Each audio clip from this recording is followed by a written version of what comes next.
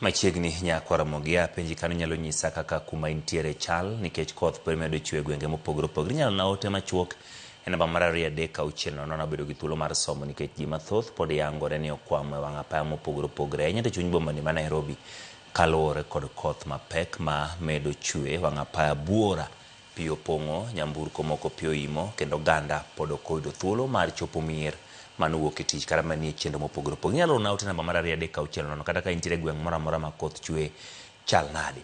Kopogore gi mano wadonjo weche mag sigana mana kaka tich abich wakelo ni chenro mar gin kanye. Kawuono amenyo ni jaod bura machon ma Kasipul Kabondo Peter Owidi. Owidi no yangore kaka dongruok mar gero sikunde kod siro ganda Homa Bay e kidienje bura. Jata chenro ni Walter Nyambaga nogo kode sigana winjane. E boma maduong' moyugis e kaunti ma Homa Bay e gwenge mag Nyaera, wayudo mbaka kod mama Karina Owidi mondo wayudo mbaka mar jaod bura machon ma Kasipul Kabondo Peter Owidi nosomo kune. Kochako primary somo Kutieno ka Kutieno Primary School mana ni Bathwaka, a Catholic school because he was a Catholic. From there the Ramogi, which is Ramogi High School. Even in Ramogi he made a history. By the time Mutimo Form 4, he was the best in East Africa in geography. Form 5 and 6 in Strathmore. Yeah, Strathmore College. Mutimo Mutiekwe or the university doing engineering. Yeah, then Nairobi University. Mutimo engineering, civil engineering. Wede kaka Midusa Mangulano chako tije kod odieche kaka Howard Humphrey kapoko chako mari owuon. Utiyo gi Shell and BP emo chako godo as an engineer. Utiyo gi ng'ato ni Semo, he was a lawyer person. Gi msungu moro ni tugo ni Howard Humphrey. Those are engineers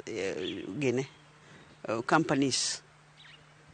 Kuro kwae to chako mare maneno technical systems. Wede kaka ng'at makoro umbene chako nochako nyiso era mare ne oganda. Adiera mar wach, from the time he was a young man, ok ni nyami chiemo ka en ng'at achiel. Nyaka nobed jari adek kata jang'wen. Whether ndalo mane pod onge kabisa, nyaka koro bedo godo.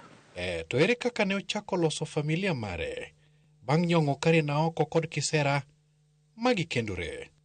Within the period mirito, kapok gidonje manopuonjowa school miluongo ni Duty Girls. Nyasaye nomiyago. I've never regretted knowing him. Wede no chako siasa mare nade. No nego law by 1990s. Ema no nego law, but what happened? Joluo no kudwa kanu. The party. People were crying. Wacho ni titimori nade. What is the problem? Please. Ye yamadi donji mae. Sano na NDP.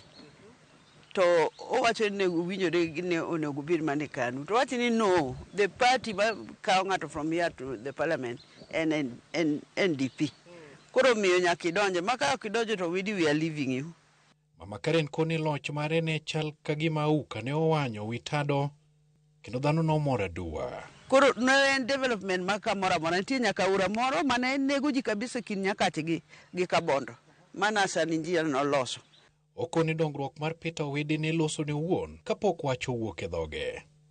Nekech already nen gima is some things are tangible gik mineno motim. Ok ne in gi policy to onge gimitimo. We want action. People like gimoneno.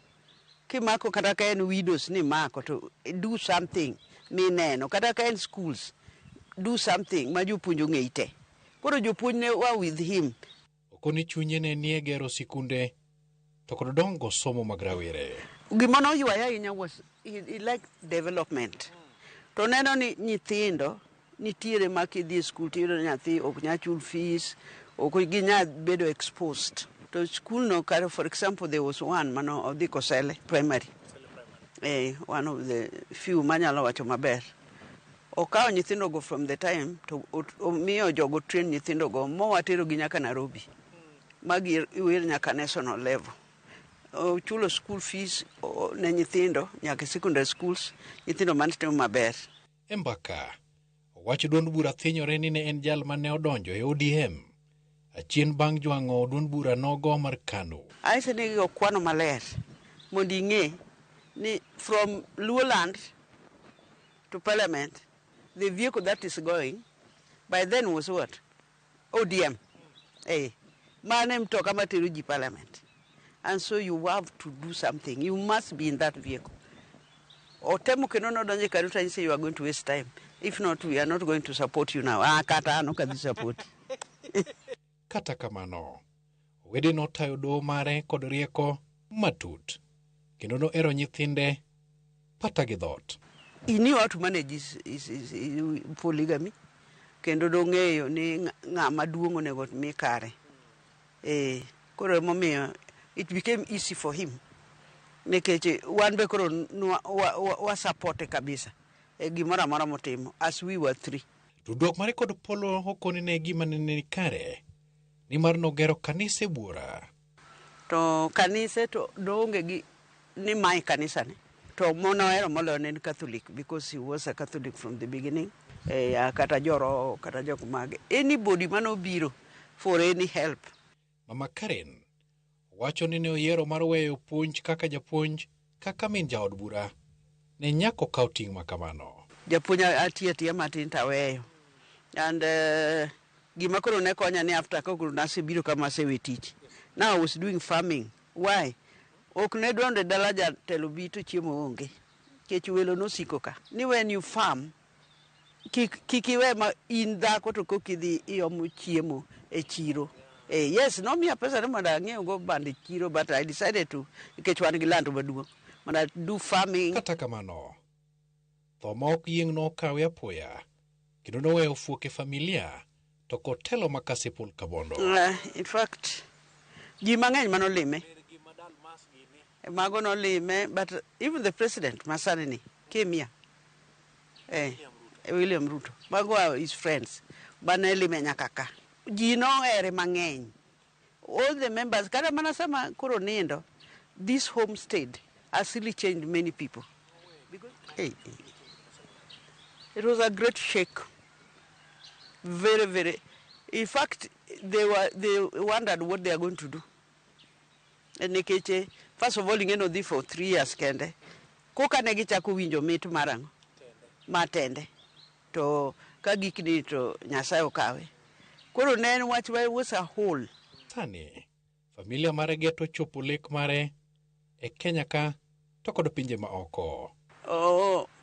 Injido winiti yuwe uchien. Ginyiri 1, 2, 6 be. 6. Wude madune ma Cyrus is in South Africa. Nyare maluwe mana wacho mantie kanyo cha. Is the register of High Court. Is a lawyer. Ang'en de koro en more than an MP. Mana ng'eyo. Nyakwa Ramogi. Erokamano kuom bedo kode chakruok nyaka giko. Jata chenro mari kuom tulni duto ne en Walter Nyambaga Wood Koweru. Thon kaji dhi kendo kaji duogo. Oriti masani.